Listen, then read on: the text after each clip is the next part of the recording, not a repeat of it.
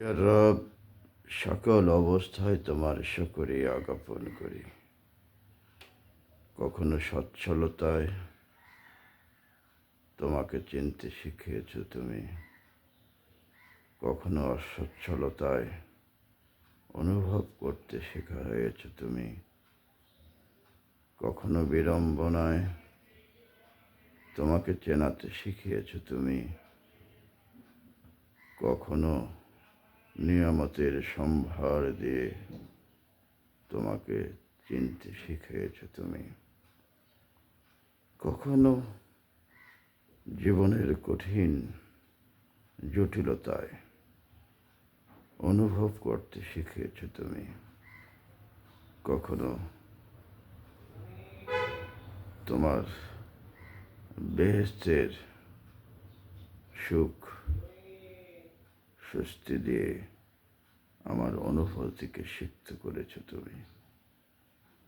তুমি আমার অভিভাবক, তুমি আমার বন্ধু, তুমি আল্লাহ। তোমার সাথে কারো অংশীদার হয় না।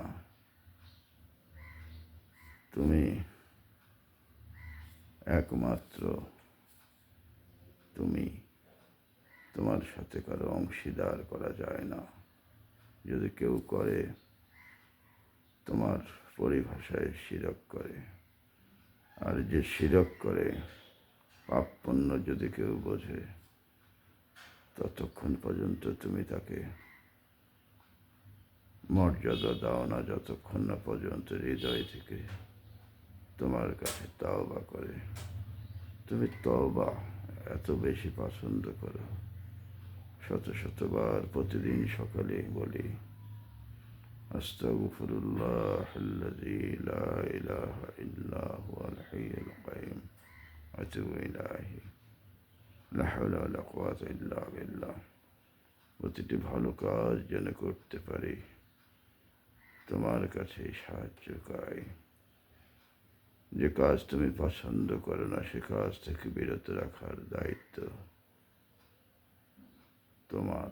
আর আমার প্রচেষ্টা, এসব অনুভূতি যেসব দিয়েছ, সবই তো তুমি দিয়েছ।